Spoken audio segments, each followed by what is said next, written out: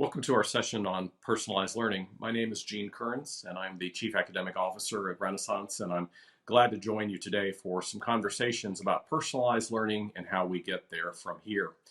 Before I start, I want to acknowledge Renaissance's mission, which is to accelerate learning for all students worldwide. And recently, a lot of the ways that schools have sought to do their work has been through the lens of personalized learning. So it has been an area of intense study for us as we figure out what strategies can be used and what tools can be developed through technology to support this desire to personalize learning. We should begin by acknowledging the tremendous both interest and investments that have been made in personalized learning. For example, both Mark Zuckerberg of Facebook fame and the Bill and Melinda Gates Foundation have made personalized learning a top priority. And so in this sense, it's not even millions, but billions of investment dollars that have been invested in seeking out ways to, again, make learning more personalized. So the topic for us today is that we can get there from here, and clearly personalized learning is a topic that has been very, very popular at major educational technology conferences. But I want to dig in a little bit deeper because often things that sound on the surface like they ought to be great sometimes are a bit more nuanced when we dig underneath. And so I want to say is that we can get there from here if we take several purposeful steps and consider several really critical elements. So what will it take for us to get to learning that is personalized? First of all, I believe that we can get there from here if we define it correctly. And defining personalized learning is critical because if you define it correctly, you can overcome its research dilemma, which I'll explain in just a minute. Secondly, we can get there from here if we support it appropriately. And we'll dig into what are the appropriate supports for this to be effective. And finally, we can get there if we embed assessment tools into the process. And this is a critical missing element in the way that many people speak about personalized learning. So let's work through these ideas one by one. And let's start with being able to define this thing correctly. And in doing so, solve its research dilemma. I'm going to borrow some words here from the author Carol Ann Tomlinson, who says, what we need to really understand is that personalized learning is very much an umbrella term.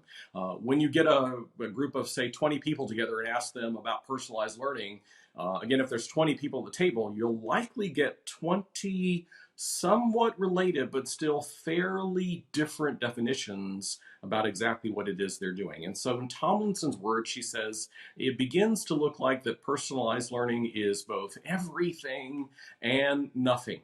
She points us to the Glossary of Educational Reform and says that the current definition of personalized learning refers to all sorts of different programs and products and strategies. And as a result, sometimes before we can even talk about what each of us is doing in the area of personalized learning, we must begin with some qualifications or specific examples of exactly what it is that we are talking about. It sort of reminds me of the story of the blind man and the elephant. Each person has sort of brought their understanding of what it is, and they're holding on to parts of personalized learning. But in looking at the individual parts of personalized learning, folks may not have a complete understanding of the whole. So a really good place to point to is the Australian curriculum, in which personalized learning is, of course, discussed. But I want to call your attention to several elements within the curriculum documents. First of all, what it immediately says is, under the goal of personalized learning, the approaches, and that's a key element, the approaches that you take may include, and then they list all sorts of different approaches. And I think this is the perfect thing to do. We must realize that personalized learning is a broad umbrella term. Personalized learning is not a specific teaching strategy. However, there are many teaching strategies that we could use to personalize learning. And for example, you see noted within the Australian curriculum references to modeling, which has a strong research base. That'll become important in just a minute. Explicit and systematic instruction, which of course has got to be a good thing. We know that there's tremendous research base out there about feedback and correction. And again, these things have a strong research base, and this is where the answer comes in about solving personalized learning's research dilemma, because it's not about studying the umbrella term of personalized learning. It's about studying and knowing which of the specific strategies underneath are going to be those that are the most effective ways to personalize learning. Because we need to be honest, personalized learning as a whole, in the way that some people have studied it, has a significant research dilemma. To back up that statement, I'll point to a major study done by the Rand Corporation. And when they took a look at it, they looked at 40 schools that had received significant funding and support through the Bill and Melinda Gates Foundation to do personalized learning. And among the 40 schools, when they looked at the outcomes, they found a wide range of both positive and negative outcomes. And the overall average for the massive investment that the Gates Foundation had made to that point was a slight positive. So, as you see on the graphic on the slide, when you look at the 40 different schools and the strategies that they employed, there were some schools, I have a pink line drawn in there at 0, which means no effect or no change. And you see schools that are having a positive effect and schools that are having a negative effect.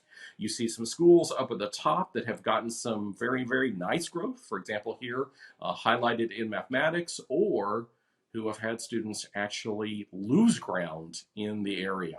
And so that's a clear research dilemma. Let's turn to John Hattie for what he would say about personalized learning. And if we look at his book, Visible Learning for Teachers, you actually find it under the heading Individualized Instruction. But he describes exactly what it is that we're talking about when we talk about personalized learning. And Hattie, the king of effect sizes, says the effect size based on his analysis of the study so far is a 0.22. Now, those of you that know Hattie well, you know that he tells us to shoot for an effect size of 0.4 or higher. And in saying that individualized learning or personalized learning has an effect size of 0.22, he might well classify that as something that may not need to be a top priority for us. His effect size was 0.22. The Rand Corporation's effect size was around 0.29. Again, both below that critical 0.4 threshold. So when the Rand Corporation's report said that this was promising evidence about personalized learning, I actually think that it was a little bit alarming. We should be able to get more. I actually like the perspective taken, as you see on this next graphic, from the Education Endowment Foundation out of London, where they say it's not just about effect sizes. It's also about how costly is the particular program or strategy that you're trying to implement. What does it cost? So if you have something that has a moderate effect size, but it's really easy to do, well, then do that. But if you have something with an extremely high cost that has a low to moderate effect size, it may not be worth it to you. And so they plot these two elements, and if you look within the cloud of strategies that they were illustrating here, you find individualized learning or personalized learning clumped within the category of it may be worth it. But we need to move things out of that category into a category where it is definitely worth it. So here's what I would say. Our focus should not be on these overall averages. It should not be on studying the umbrella term of personalized learning. It should be on studying the specific strategies or approaches that are being used by schools and those that are making the biggest difference. So, for example, when Rand looked at the breakdown of those 40 schools, there, of course, were some schools that made very little change. There were some schools where students were actually performing lower as they moved into personalized learning, but there were schools at the top that had some very positive effect sizes. So the question is, what were the specific strategies being used by those very best performing schools? In fact, at the end of their study, the Rand Corporation made a recommendation. They said, for personalized learning to come to scale and be effective, it is critical that we allocate funding for research with stronger designs, and listen to their words, so that we can systematically test specific personalized learning strategies. So in that sense, what I will say is personalized learning is the objective. It is the end that we're trying to get to. It, however, is not specific enough to be the means unto the end. It is the umbrella term. It is what we want to do, create learning that is more personalized, but we're going to use different strategies to get there. And that's specifically the level of grain size or focus that we need to have in our conversations. So many advocates of personalized learning will often present it as the antithesis to the factory model of education, a more historical view based on the Industrial Revolution, where kids came to school and basically were worked through a process. But I think we do have to think about, what does personalized learning mean for the teachers? What would that look like for a teacher who serves maybe 100 or 150 more kids a day? That simply cannot mean 100 or 150 or more different plans. That wouldn't be sustainable. But I think we also need to acknowledge that to completely personalize learning so the kids are all doing something different is not only not sustainable, but it's also not optimal. Even if we wanted to completely personalize learning, would we really want to do that? And here's the consideration that we must make. We must also acknowledge that learning is an inherently social activity, and research has documented this.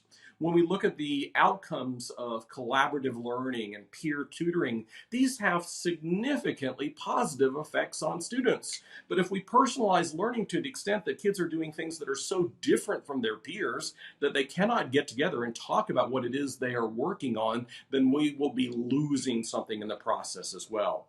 Also, consider competency-based learning, which is often presented as either that or mastery learning as an important element of personalized learning. Look at what the Education Endowment Foundation in England found when they looked at the studies on competency-based learning. They found that it is most effective when students work in groups and when they take responsibility for one another's progress. Again, learning is social, which means that we must balance our desire to personalize learning with the documented reality that we also need to create for students learning activities and experiences that are social as well. So I would say to you, is it really personalized learning? Do we really want kids to be doing things that are completely unique to them? Or might our goal actually be better reflected as learning that is more personalized in substantive ways than what we're doing right now? That brings us to our second element. We can get there from here if we support it appropriately. What would appropriate support be? It has got to be support for teachers in effective planning. At Renaissance, we studied this in depth. We did a major analysis and working with teachers about how they spent their time, and the findings will not be shocking to anyone that has served in the classroom. We found that the average teacher is spending at least 6 to 8 hours planning instruction each week. And because of the unique nature of the way that teachers work, these planning hours must come before school, after school, at nights, or on the weekends. And so teachers are, spending their days in front of kids. They're spending their evenings and their nights 6 to 8 hours outside of school planning. And what they're planning is fairly general instruction. For personalized learning to be advanced, we've got to make some changes. And maybe one of the easiest changes that we could make is to help teachers both plan and manage more groups of kids. Instead of planning for a whole group, where we basically consider the mean, where the average kid is, and then sort of plan around there, what if we can end the tyranny of the bell curve, if you will, and help teachers create learning that is more personalized and include social aspects of learning by planning for, say, 2 groups in their classroom, or 3 or 4. The more that we can support teachers with their planning, the more groups they can do, and the more groups they have running in their classroom, the more closely the instruction will match between what the teacher is trying to impart and where each individualized kid is. Again, it wouldn't be an individual plan for every kid, but it would be learning that is far more personalized than we are able to support at scale currently.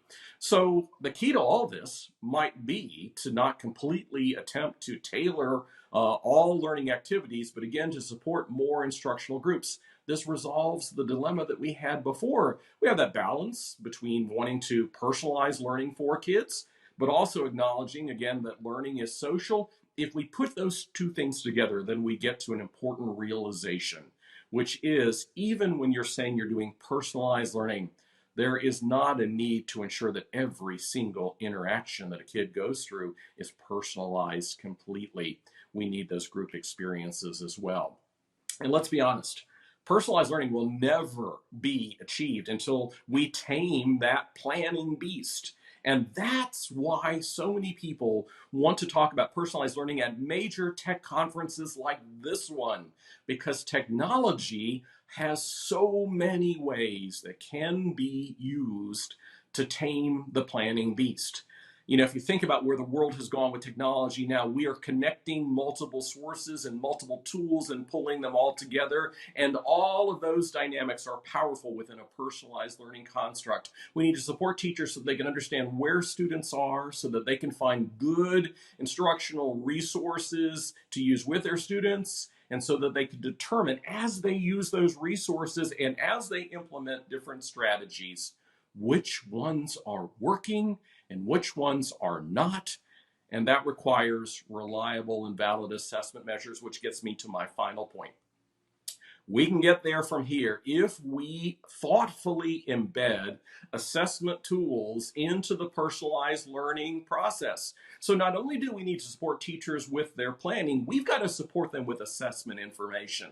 And it's not just information that says, where do you begin with kids? They need in the minute, on the fly, reliable and valid progress monitoring and growth measures that let them know, as they are implementing strategies and tools and programs with kids, how are those kids responding in enough time to make an adjustment?